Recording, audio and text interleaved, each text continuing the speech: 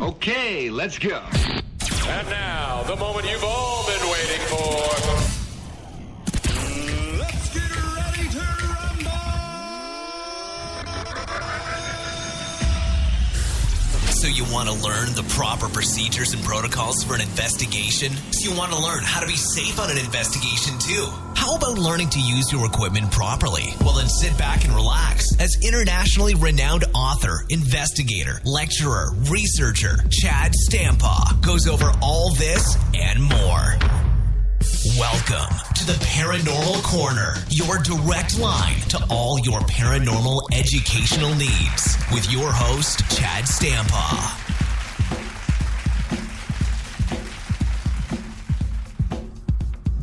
Hey everyone, and welcome to the Paranormal Corner.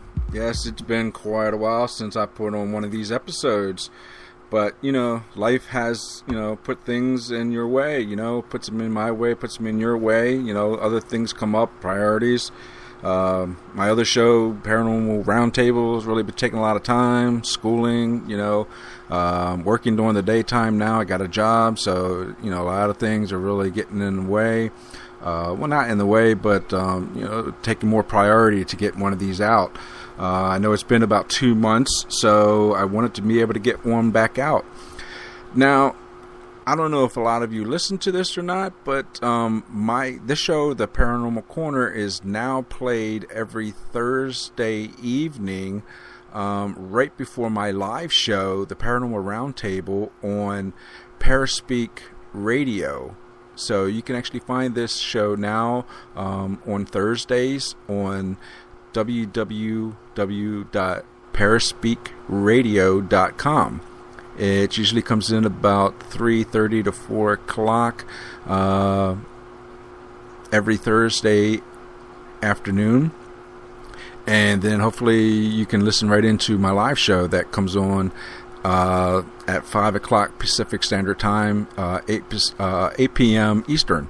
So hopefully you guys can find the show, and I will be putting this out on Facebook today after I'm done producing it, but you can listen into other shows. You never can get enough education. So, like I said, I'm really excited about putting out another edition, and I hope you like listening to the show. I try to put out the necessary information that is being needed in the field of the paranormal today. So what we're going to do is, with this episode, is I'm going to go over some great stuff. Obviously, I'm going to go over safety protocols and hazardous conditions like I always do with every Paranormal Corner. But this week, I'm also going to talk about Halloween, since this is October, and it's October 11th to be exact. And, of course, in a couple of weeks, Halloween will be here. So I just want to go over and talk a little bit about Halloween and how the crazies come out at this time of the year and all claim to be paranormal investigators for, that one time a year or whatever they want to call themselves. I also want to talk about EMF readers. Yes, I have talked about this before, but it's been a while since we've talked about it. So I want to go over those nice little instruments again and get people updated with them. Then we'll also be talking about a subject that you, my listeners, wanted to learn more about, and that's about how to bind negative or demonic items and people. This will be something you'll want to listen to because it can really help you out in so many different ways. Okay, so you wanted it, I researched it, I got some answers for you. So then we'll be going on to talk about the usual paranormal dictionary words and definitions. Then we'll wrap the show up. So let's get started. And what I'm going to do is I'm going to take a short break real fast, get things set up so that we can move right on into the show. So don't go away, everybody. I'll be right back.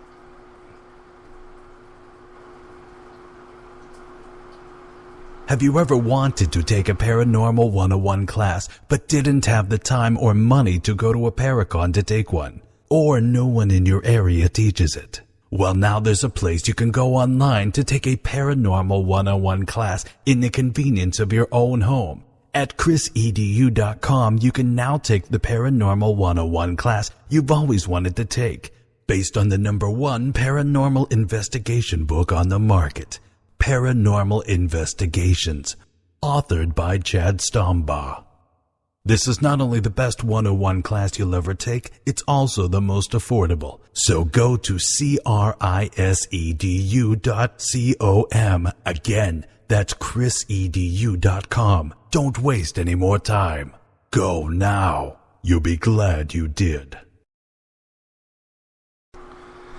Okay, everybody, I'm back. I hope you enjoyed that. Yes, the UK Paracon is coming up next month, beginning next month. So if you're in Europe and you're happening to listen to the show and you want to get into Great Britain and check out that UK Paracon, it's going to be a great one. It's the first one of its kind in Europe, and so you don't want to miss the inaugural UK Paracon. So now what I want to do is go over some, again, safety protocols. The weather we're in the fall now, so the weather is starting to change. Cold weather is coming about, and animals and insects are going to start coming indoors to search out for the heat. So if you're the type of investigator or investigative team that goes into the more open spaces, dilapidated buildings and stuff like that, you really want to start looking out for snakes, spiders, birds, stuff like that are going into these dilapidated buildings looking for heat and to get out of the elements. Okay. You also want to look out for small animals like skunks, mice, chipmunks, squirrels, possums, raccoons, especially people back east in the mountain areas. So, like I said, you want to make sure that you're looking out for these, and you want to make sure that if you're in places and you have a lot of these droppings from these different animals and stuff like that you're wearing your proper N95 breathing mask. Okay, you always want to stay safe. Okay, I can't emphasize this more than enough. And seems to really be working this year. People are really starting to pick up and be more safety conscious on their investigations, because I'm not hearing this year safety problems have really dropped. So I don't know if it's because you're listening to my show or you're just getting more safety conscious out there. So congratulations on that, but let's stay diligent, and like I said, watch out for these mammals coming inside and stay safe. Okay, so what I want to do now is I want to talk about haunted Halloween. Okay, now Halloween can be marked by an increase in the public's interest in all things paranormal. Okay, because it's Halloween, often accompanied by members of the public out on their own search for paranormal phenomena. But is Halloween actually a more paranormally active night? I don't know. I mean, there are no known research results to suggest that there is an increase in unexplainable phenomena on Halloween. Yet, people's perceived increase in phenomena may be caused by several contributing factors. Okay, firstly, there is likely to be an increase in people out on investigations. Okay, these people will comprise usually a mix of experienced and inexperienced investigators. Now, with more people out searching for the paranormal phenomena during Halloween, it follows that there would likely be an increase in reported experiences. The more people you have looking for something, obviously, the more likely you are to find it. But are these reported experiences genuinely paranormal? Probably not. The increase in investigators will be largely comprised of inexperienced members of the public, taking the opportunity to search out phenomena for themselves. Now, these people are less likely to be analytical and rational in their scrutiny of experiences, and are, therefore, more likely to attribute non-paranormal phenomena to the paranormal due to their lack of experience. The increased expectation and anticipation of phenomena is also a contributing factor towards an increase in reported experiences. This is an effect that is largely diluted amongst experienced investigators, but more concentrated within the lesser experienced investigator. So the final contributing factor in this article, or however you want to call it, is that of atmospheric change. Okay, October is often recognized as the month where the weather becomes considerably colder and more stormy. Weather conditions begin to be detected as winter closes in, obviously. So the increase in these types of weather conditions can affect experiences in a number of ways. Firstly, dark, okay, because it's going to get dark earlier in the day now. You have less light. Cold, again, temperature changing because we're heading towards winter. Stormy nights are often linked to the traditional ghost story, therefore reinforcing the lay investigators' expectation of phenomena as previously discussed. For some reason, because again, this with the weather changing everything, you have more intense storms, and with the cold weather mixed in, it gets very interesting. So you get maybe a higher level of paranormal occurrences. I don't know. Secondly, so when these weather conditions are linked to the production of greater static charges and the creation of negative ions, these two factors can contribute towards the sensation of being touched, and often reported form of phenomena, albeit entirely naturally explainable. With the static electricity, anything that gets touched a little bit, you're going to feel that shock. So it's going to, sometimes it feels like somebody's touching you. So the increase of inexperienced people conducting investigation also raises several other points that must be borne in mind. Okay, without the necessary infrastructure to organize and conduct an official investigation, many members of the public may resort to visiting allegedly haunted sites without prior permission. Okay, again, this is called creeping. It's directly from my paranormal dictionary. Okay, without the necessary infrastructure to organize and conduct an official investigation, many members of the public may resort to visiting allegedly haunted sites without permission, like I said. So this can result in charges of trespassing, the creation of damage at each site, and tar the reputation of genuine investigation groups who do seek that prior permission, like us and, everybody else is listening. Another issue raised is one of health and safety. Again, I'm always harping on that because I'm an advocate for health and safety. I love to investigate. I love seeing other people out there investigating, but we have to stay safe while we're doing it. Wandering around in the dark and often dangerous places without suitable lighting and attire can result in personal injury and inadvertent damage to the property being visited. There's been reports of different people on ghost hunts who fell asleep with a lit cigarette and burnt the entire building down, narrowly escaping with his life. There's been a woman that was in a place where she wasn't supposed to be, fell through a wooden floor that was rotted. She didn't know, but she went up there anyway, fell through, broke her leg. There's other instances, so many like that. So, unofficial investigations are disrespectful, counterproductive, and dangerous. So if you wish to go looking for phenomena on Halloween, or actually any other night of the year, please find a reputable group to join and have a safe and happy Halloween, everybody. Okay, so that's all I have on that. Like I said, it's a fun time of the year, but we have to be safe in what we're doing. Okay, we have to take those protocols and make sure that people are staying safe. So let me see here now. I'm going to take No, I'm not going to take a break. I'm going to go right in and start talking about EMF readers. So, again, as I did before, I'm not trying to hurt anybody's intelligence here, but let's be honest with each other here. Okay, let's say you're out with your team on an investigation and you pull your EMF meter out to start taking some readings, and your client says something like, what's the frequency response on that meter?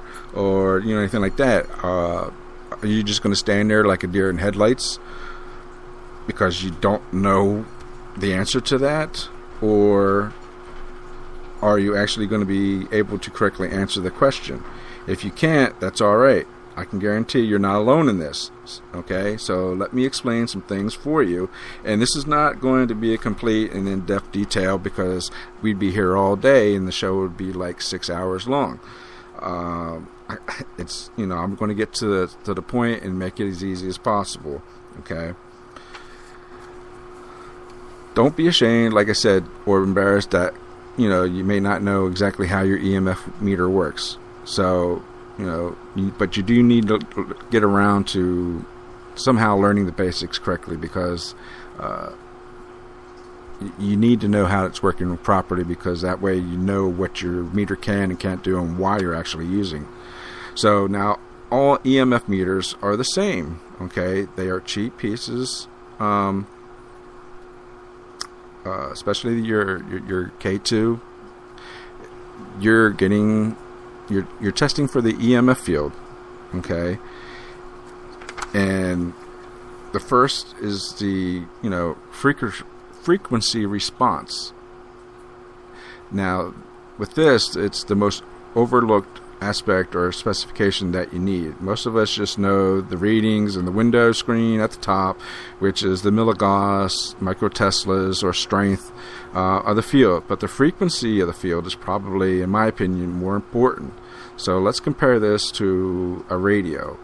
But the radio has no volume or tuning knobs and is able to pick up any stations as long as it's close enough to the radio broadcasting tower. Okay, the closer you get, the better the reception. But without a tuning knob or window to read where the station is at on the AM/FM spectrum, you have no clue what the station's frequency or channel is. Now, most all-consumer EMF readers will not tell you this. This little thing I'm getting ready to tell you. Why? Because it's more expensive to determine a field's frequency than it is to determine its strength. So instead of any good EMF meter should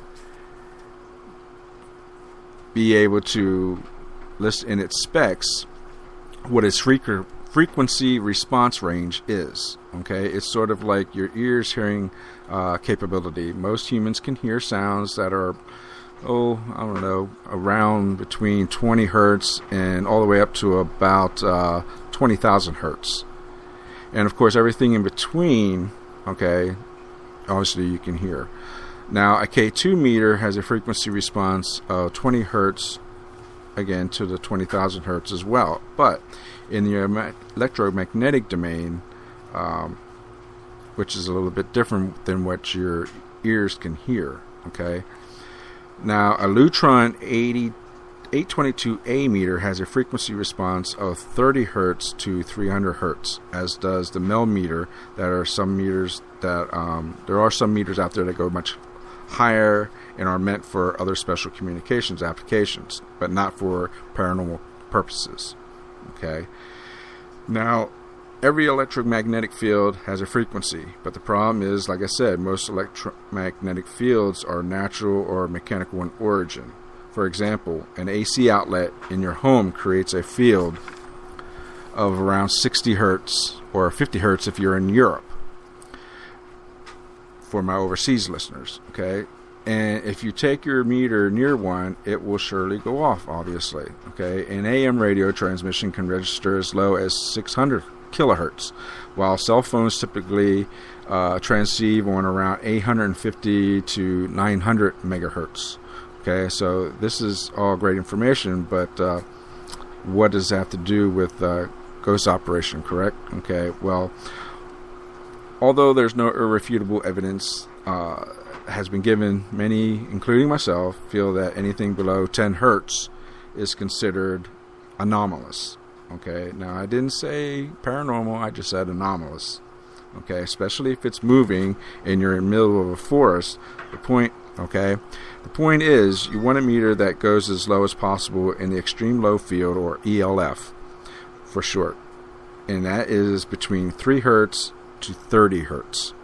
Okay, because if your meter only goes as low as 60 hertz, all you're getting is the EMF field from the house or the Earth's EMF field itself. So you want to get something that will go down into the 3 to 30 hertz range. Okay. A lot of people call that the ghost field range. Now, again, I don't know if it's proven or not, but that's what they say. Okay. Now, the inverse of this, and I don't want to burst your bubble here, but when your ghost meter or your K2, for that matter, goes off, it could be anything between 20 to 20,000 hertz.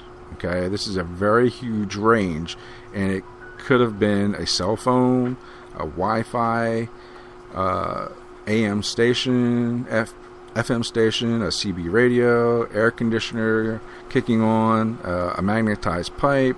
You just walked by. If you're in the kitchen or bathroom, it could even be faulty wiring, or perhaps maybe it could be a spirit. We don't know. But without knowing the frequency range of the meter you're using, anything you pass by in the dark could be setting it off without you knowing, what it is. And this is another reason why you should be taking baseline readings before you start any investigation. Okay, because your baseline readings will help you negate, when you go back into that room while you're doing your actual investigation, it will negate the initial ranges that you've already put down. So if you go back in there and you're getting different readings in a different range from what you did on your baseline, this again will help you determine maybe there's something anomalous going on in that room. Okay.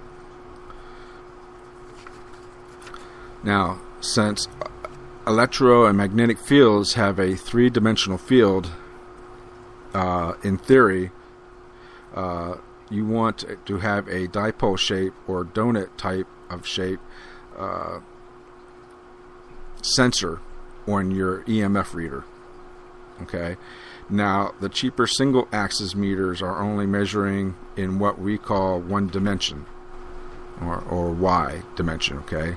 Typically, they're pointing the meter forward, while you're looking down on the meter, reading the window. This does not give you a totally accurate idea of the field shape or size. Okay. Now, a tri-axis meter takes simultaneous readings in the X, Y, and Z axis. Now, the X is side to side, your Y axis is up and down, and your Z axis is forward and backwards. Okay, so I'll say that again. A tri-axis meter will take simultaneous readings in your X, Y, and Z axis. And your X axis is side to side, your Y axis is up and down, and your Z axis is forward and backwards. Okay, so to draw another analogy here, if you're having a hard time visualizing this, imagine a Wii game remote that only registered on the screen when you swung it side to side in a flat sweeping motion. That's single axis, okay? But anyone who has ever played a Wii knows that the remote registers not only side to side, but up and down, and some games even register when you point it closer or pull it back, which is almost like going up and down from the sensor. Okay? That's a tri-axis. Okay? Now, how does this help in the paranormal investigation? If you discover an EMF field and you want an accurate measurement on the milligauss of that field with a single axis meter, you have to average out a measurement from 3 different dimensions with the same meter. Now, this is difficult and typically not sensible to do with a single axis meter. Unless you actually know what you're doing, it's almost impossible to do. Okay? So, you want to require that you get a 3-axis meter, tri-axis meter. Okay? So, that way you can get all the different measurements, not just your generalization of one direction.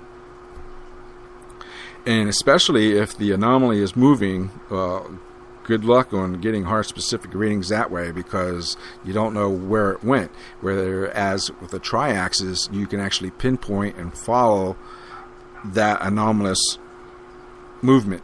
Okay, with a with a one axle, it's almost impossible to do it.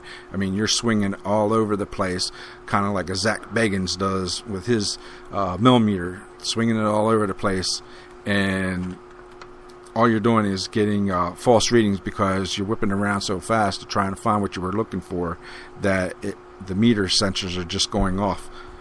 Okay, so now each meter is different, and you'll have to do some research on where the sensing coils are in the meter, because each type of meter, their sensing coils are located differently on the instrument. Now, some people, again, they hold the instruments always from the bottom or at the ends, and sometimes that's where the sensors are. So you have to know the type of meter that you're using and make sure you're not covering the sensor. Okay, that's what I'm trying to get at. So how do you hold it? Okay, like I said, each meter is different, and you'll have to do some research on where the sensing coils are in the meter. If it doesn't state in the manual for many single axis meters, it's usually in the front or top, in which case you hold it directly in front of you, at least 2 to 3 feet away from your body, with your fingers as far down the device as possible. Now, this will help mitigate your own body's natural electromagnetic disturbance or any fields you find. Okay, because your body does give off a natural EMF field itself. Not a lot of people realize this. So you want to hold it out at least 2 to 3 feet away from your body. So it's almost like not a straight arm, but almost to the point where you have a straight arm. You know, you can have a little bend in your elbow. Let's see here. Now, other meters have an attached probe that helps with this as well. You know how you stick the little attachment on, and then you have like the wire coming out, and you have the little metal probe that you can use around. So now you know where the probe's at, but because it has usually a little a rubber casing covering the base end of the probe, so that you can actually do that. So now you know where that probe is. Let me see. Now, with a tri-axis meter, there's less issues because it's equally sensitive in all areas. But again, you have to know where to hold it and find out where the sensors are. So, now, what am I reading on the front screen? As I mentioned earlier, the number you are reading is the strength of the field in the milligauss, typically, or possibly microteslas, which is 1/10 of a milligauss, okay? A microtesla is 1/10 of a milligauss. So just move the direction, the decimal one place to the left for your scientific and math geniuses out there when you're doing milligauss. If you want to figure out what a microtesla is, just move it 1 point to the left. So many appliances around your house will put out anything from 2 to 100 milligauss. Okay, you need to know this. All appliances will put out anywhere from 2 to 100 milligauss. Okay, now this is frightening since health experts say that anything over 2 milligauss up close affects your health. Well, how it is. I've said this before. Everything we do out there, cell phones on our ears and the heads, everything affects us health-wise.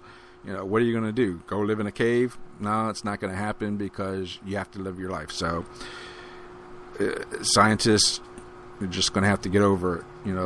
We're in the modern world.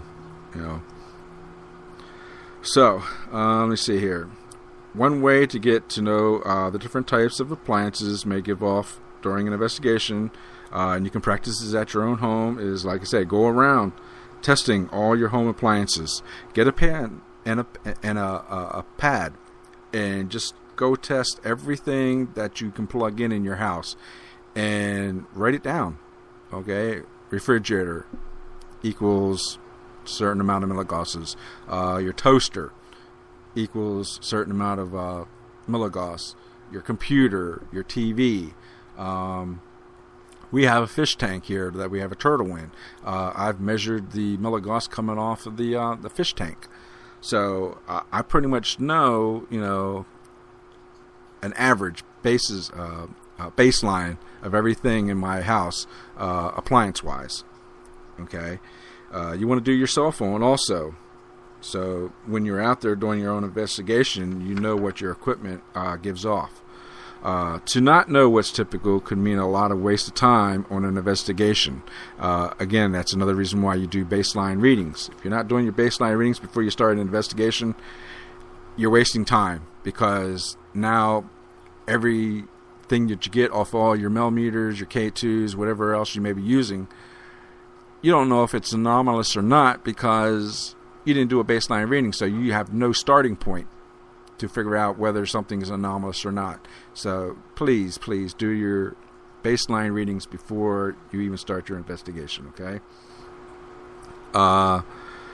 You also can use your sensors to find bad wiring, EMF contamination problems. Both is one of the reasons contributes to clients having paranormal sleep disorders, nausea, and ironically a sense that there are presences there. Houses with bad wiring. We've done a house with bad wiring in the bathroom. And I mean not the bathroom, but the kitchen. And I've talked about this before in a prior episode. They were having paranormal phenomena and stuff whenever somebody was in the kitchen or in their dining room closest to the kitchen. And through my doing baseline readings, I found out that their readings were way above normal levels that it should have been. And so before we even did an investigation, I had him go and talk to an electrician and get the electrician to come out, take a look, and it needed it. I knew he was going to say that it needed to be redone, redo the wiring in the kitchen and wherever else it needed. Well, a month later, after he had it done, I called him up and asked him how everything was going. He said new wiring was in, and since that wiring was in, they've had no more paranormal activity in their house. Right there, it was. So I know it was the wiring. I didn't waste my time doing a paranormal investigation trying to figure something out, because I knew from my baseline readings that it was most likely that bad wiring in the kitchen, because they were having no problems anywhere else in the house. And when I did the baseline reading, everything else was in normal parameters on my sensors in the rest of the house except for just the kitchen. So there you go. Don't waste your time. Do those baseline readings. Let's see. You also, if you've done your baseline readings and everything, and you are getting fluctuations, and you're standing still, and you're doing your proper readings, and you got something going on anomalous, you want to break out your temp gauge, also your voice recorder, and make sure you have at least one IR camera on the situation that's going on, because you want to have corroborating evidence. You don't want to just have one piece of evidence. I've said this before again also, and I'll say it again. A lot of you people on social media, when you're giving out and you're showing people evidence, you're only showing an EVP or you're showing a picture. And you're wondering why you're getting criticized for that one piece of evidence. You got to corroborate that piece of evidence with at least two other pieces. Okay, you want to have video. You want to have an EVP session. You want to have a picture. All of them combined at the same time on the incidents. It's harder for those crazy skeptics out there to debunk it if you have more than one piece of evidence for that one instance. Okay, so that's just another piece of friendly advice. It's what I call my evidence of three. Okay, I always all my lectures and stuff like that, I always call it my evidence of three. You can't just do one. Maybe sometimes you get away with two, but if you got three, it's hard for anybody to debunk it. Okay, so that's all I have for EMF readers. Okay, like I said, I could go on forever and ever, but we could be here for hours, and I don't want to do that, because you would get bored, and I would get bored and dry mouth talking about it. So what I'm going to do now is I'm going to go ahead and take another break, and when I come back, we are going to go over how to bind objects of negative energy, and how to bind negative energy of people. So don't go away. We will be right back. And when I come back, like I said, we'll be talking about how to bind things. So everybody, don't go away. We'll be right back. You're listening to the Paranormal Corner, your direct line for all your paranormal educational needs. You want to learn how to be safe on an investigation, learn the proper procedures for doing an investigation, use your equipment properly. Well then, you've come to the right place. Internationally renowned author, lecturer, researcher, Chad Stombaugh is here to help you with your paranormal educational needs. So don't go away. We'll be right back. Okay, everybody, I'm back. Now, first one I want to talk about is how to bind an object of negative energy. Now, this one here, it's some people out there more into the Catholic faith when they do their investigations might not believe in this one, but it actually works. And actually some of this is from all the binding rituals that I'm going to talk to you about actually comes from my research of the Book of Shadows. Okay, so this is where all my research and what I'm getting ready to tell you comes from, is all from the Book of Shadows. So, how to bind an object of negative energy. So, to bind an object that has negative or a demonic energy, you need to be very careful. You must do this very properly. If you don't feel that you can do it properly, then find someone like myself that can help you. So, to bind an object, the first thing you need to do is bless the object with holy water. Now, step 2, while sprinkling the holy water, you need to say the following prayer. Okay? Now, if you're married or if you're a group doing this, you all want to hold hands in a circle while you're saying this. Okay?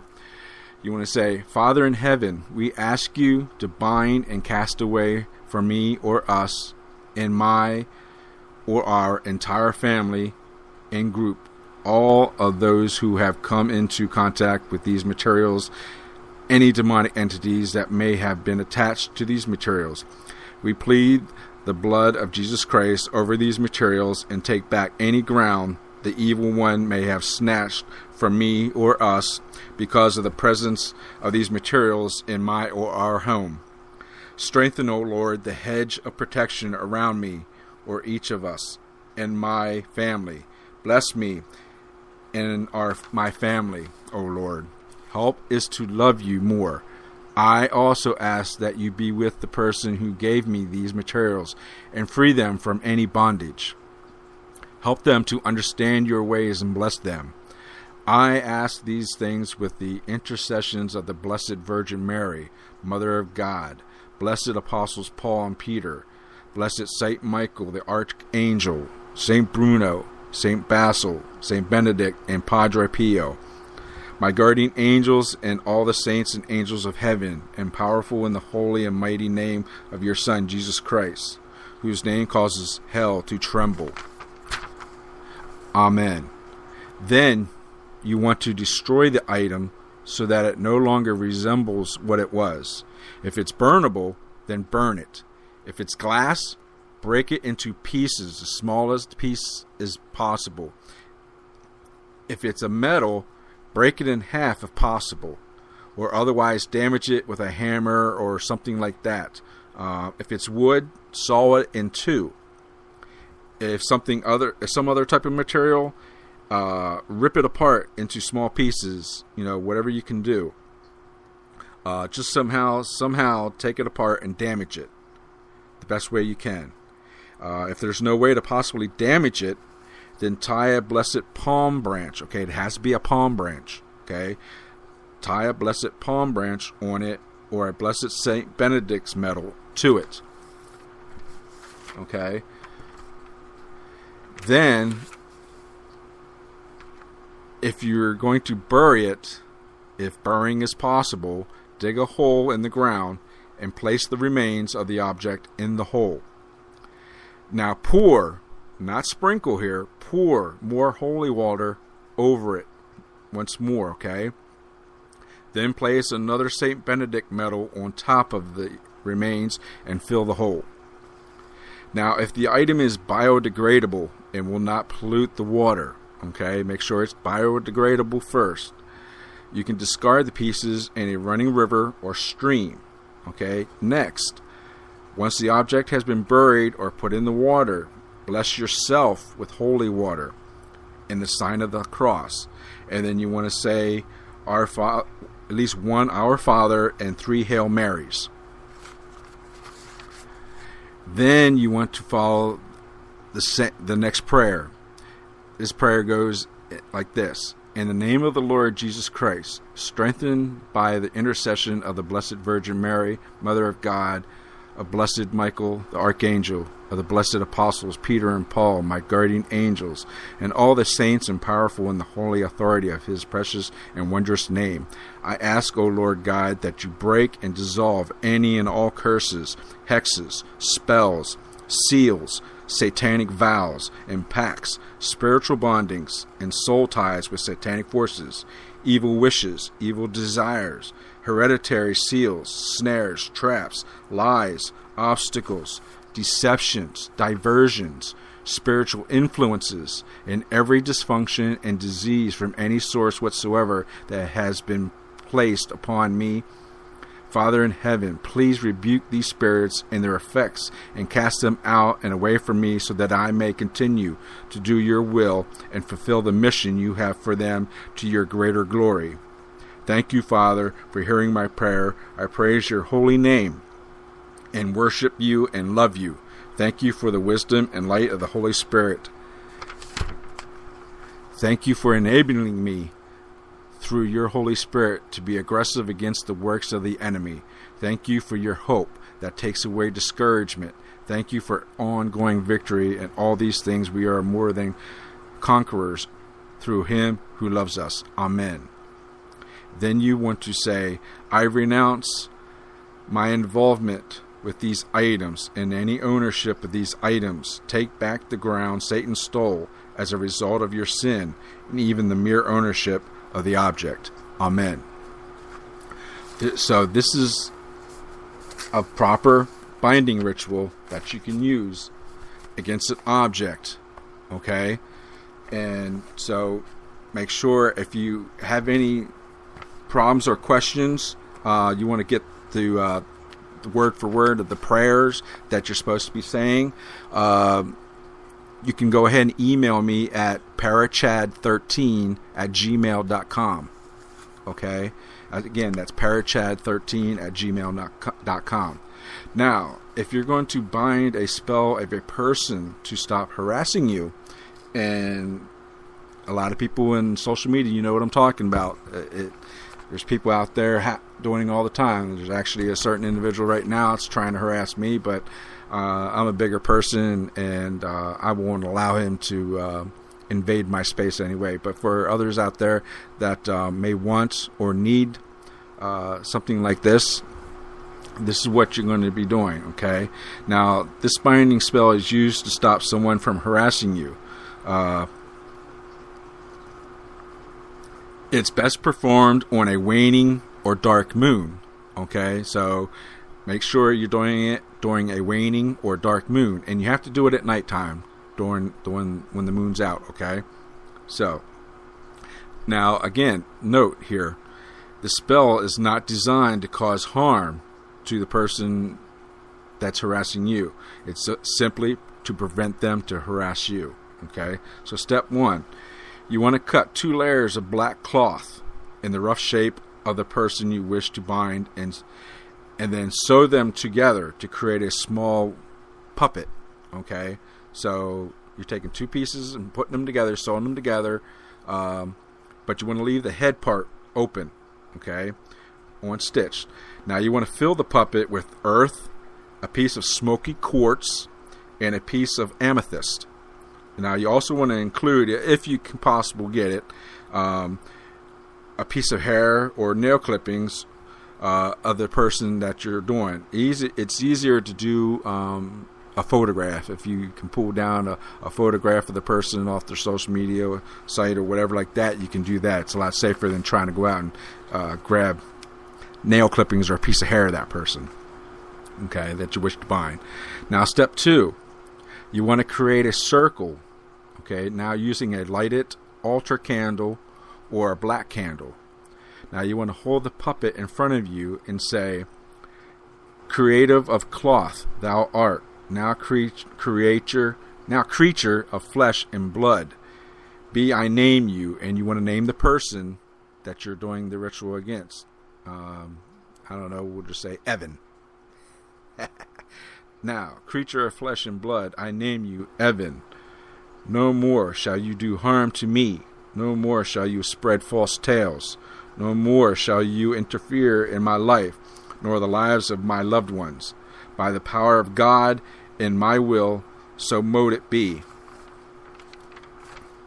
Now, take some black ribbon or wool after you've done the prayer and begin to wrap the puppet like a mummy, okay, leaving no space uncovered, okay. So you want to wrap it from head to toe, okay, but it's got to be black cloth. Now, as you're doing this, okay, you want to say this: "I bind your feet from bringing you to harm me.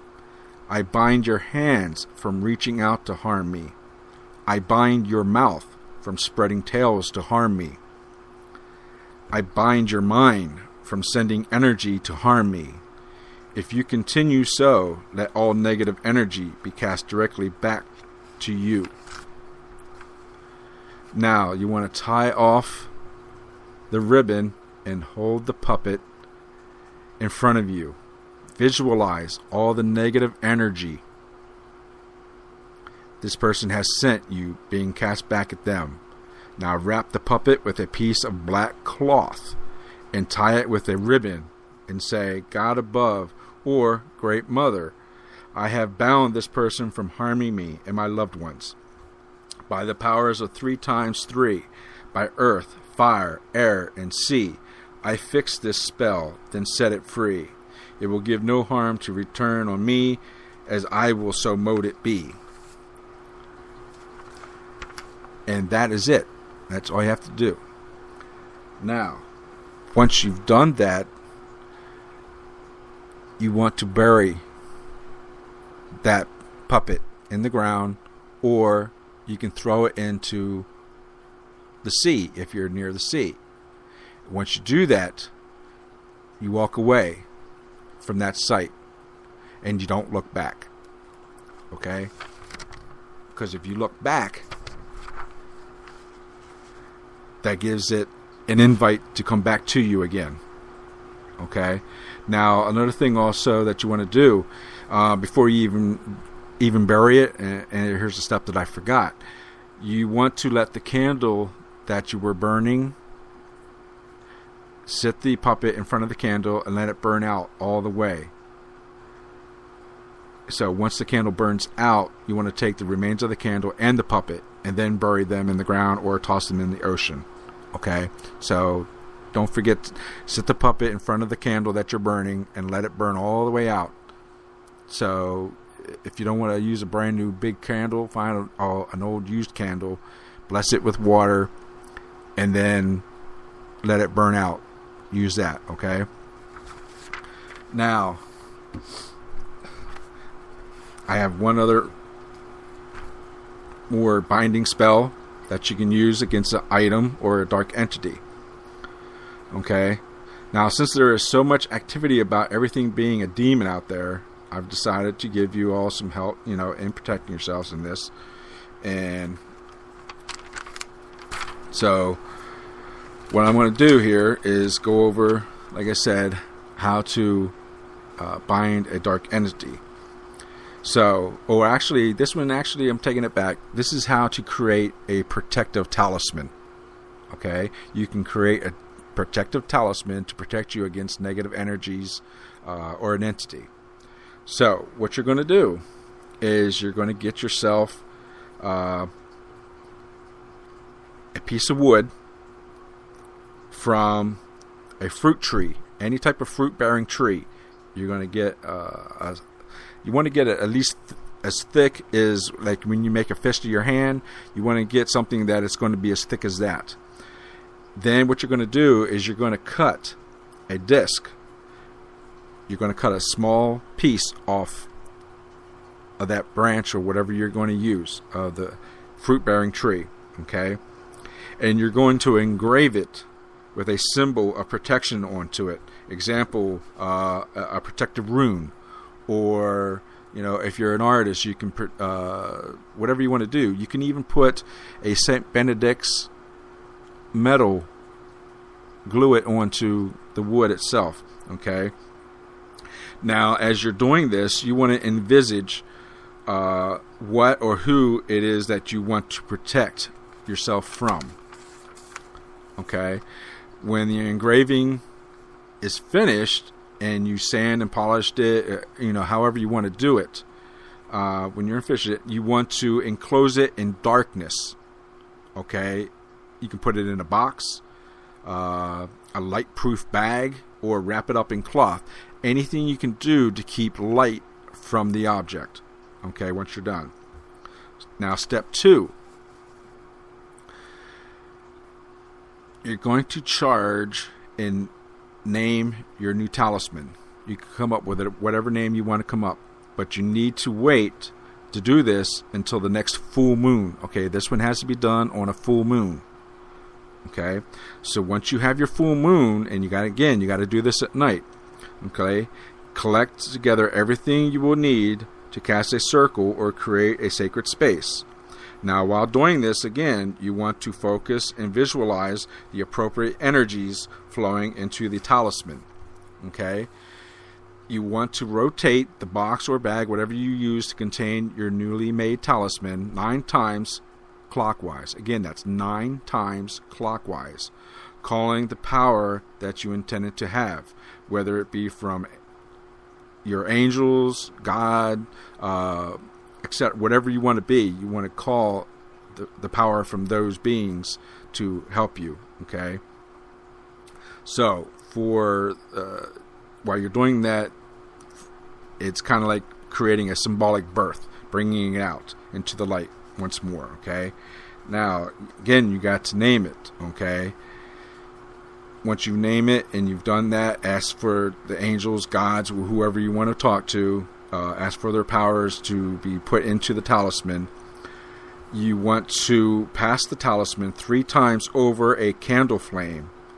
Okay, so again, you're using a white candle because this is for light. Okay, so you want to use a white candle flame and call upon the powers of light and life to empower it with full strength. Then you want to sprinkle seawater, and if you can't get seawater, then get water mixed with sea salt, okay? Add it into the water, and you want to sprinkle it over the talisman. Now, you want to make sure you have a lot of sea salt in that water, okay? So you want to sprinkle that over that talisman, okay? Then finally, you want to visualize 3 interlinked circles over and around your talisman, and then close down your sacred space or circle. You can close it down by saying this: now the work is finished, where whatever your name of your talisman is going to be. I don't know, we'll just say, make up a name, whatever. So you want to say, now the work is finished, where blank has been brought out of the dark, nothingness, into this world of light. In the name of the elements, or God, however you want to use it, the archangels, whatever you want to say again. Amen. Your talisman is now ready for use. Okay, so those are the different binding things that I have for you. So hopefully you can use those, and they come use.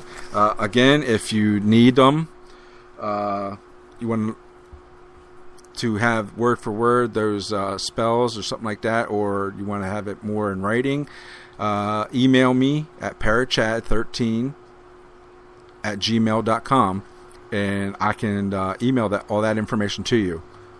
Okay, so now I'm going to take a break, And when I come back, we're going to do the dictionary words and terms and try and wrap this up for this week. So don't anybody go anywhere. I'll be right back.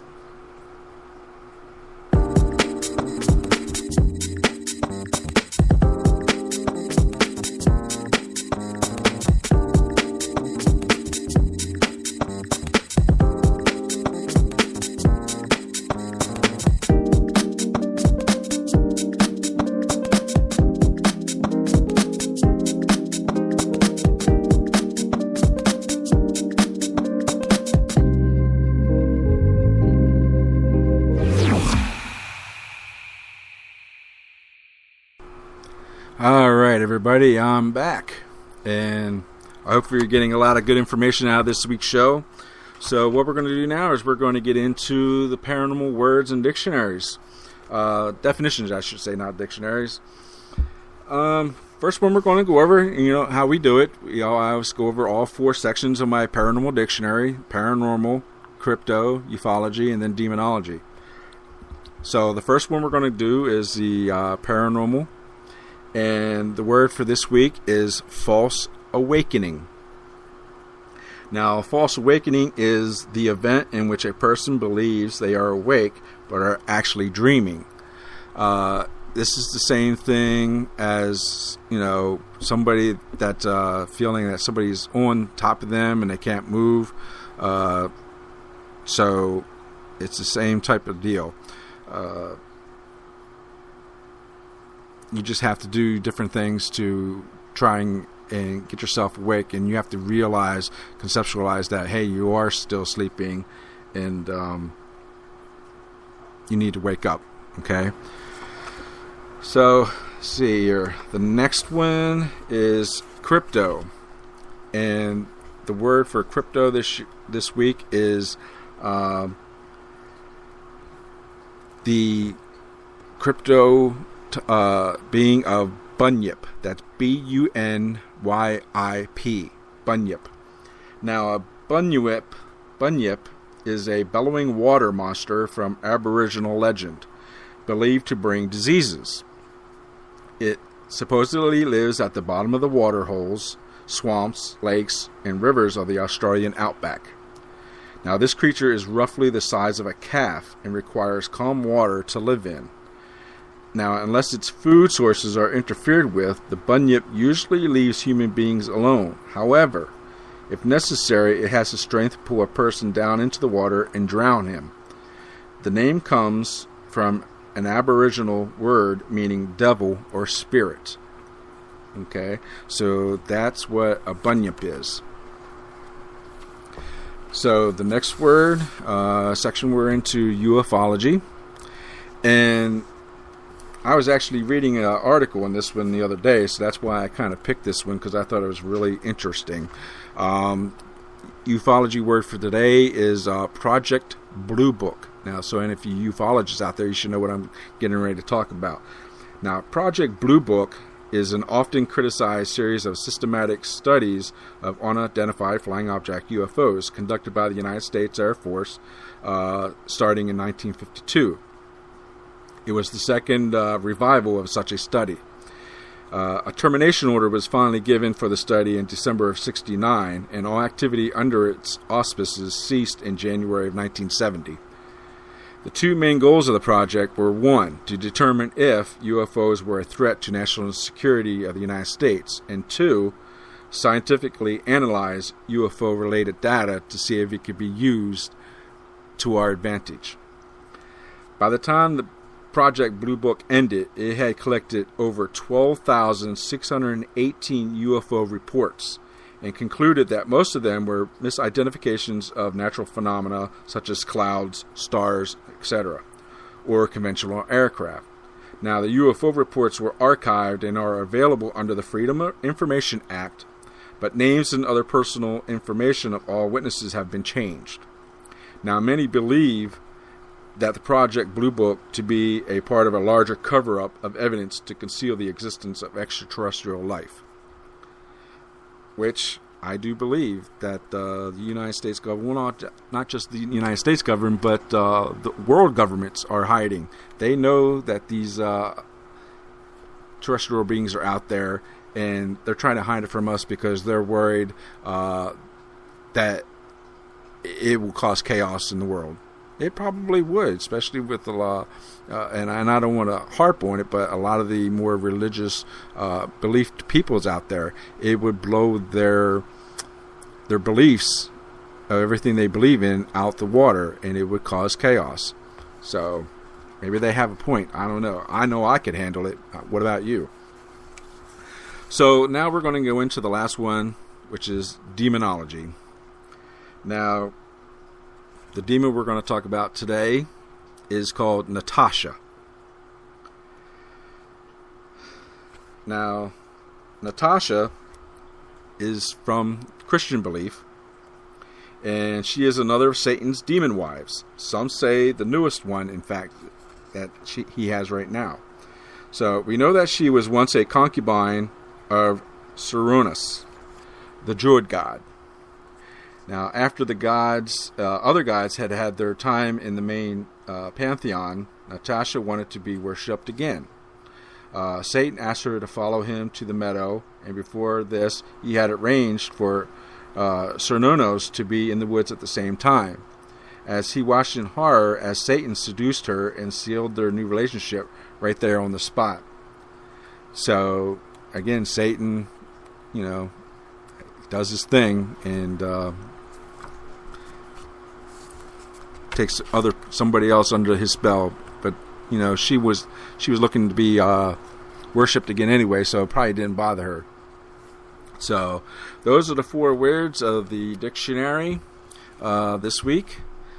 And so what I'm going to do is I'm going to take one more small break, and then we're going to wrap this up for the week. So don't go away. I will be right back with my closing comments.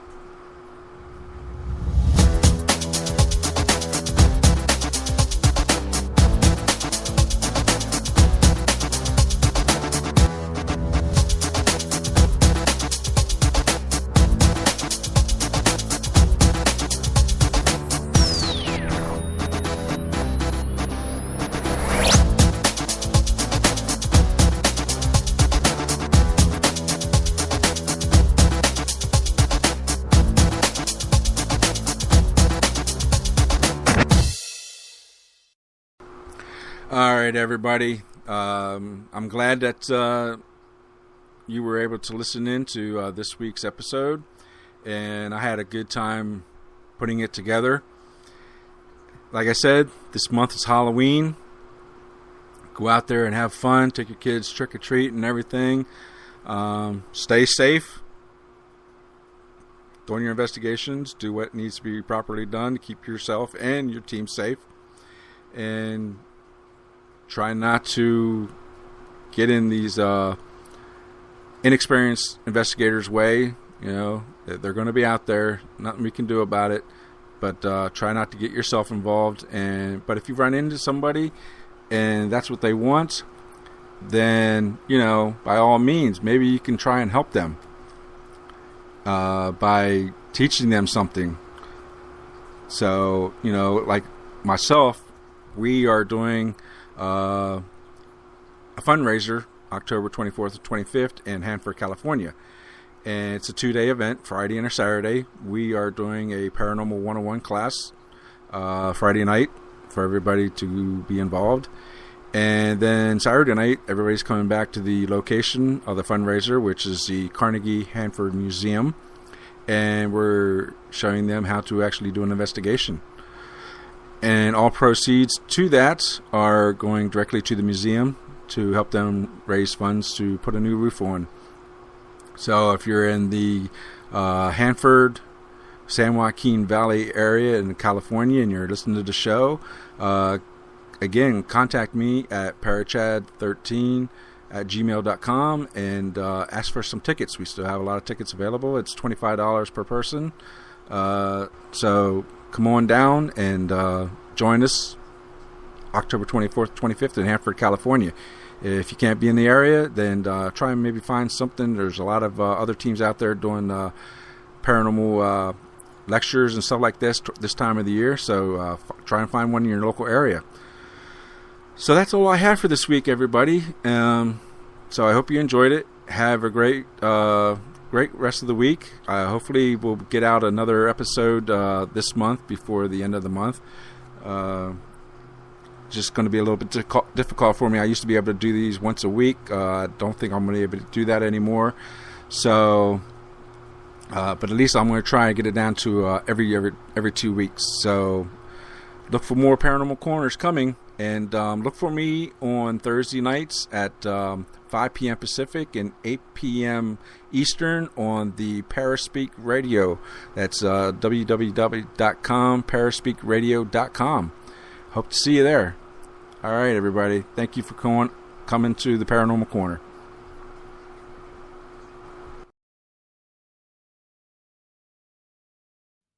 Thanks for listening to the Paranormal Corner with Chad Stampa. To get more info, you can find Chad on Facebook, or to get his books, you can find them on Amazon.com. Have a great week.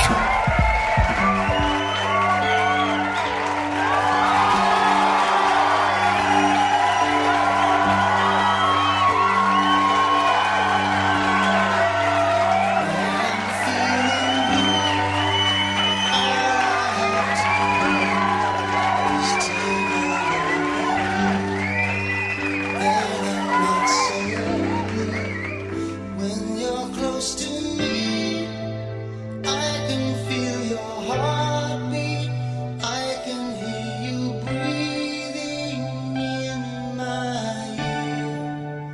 Wouldn't you agree, baby? You and me got a groovy kind of love. Anytime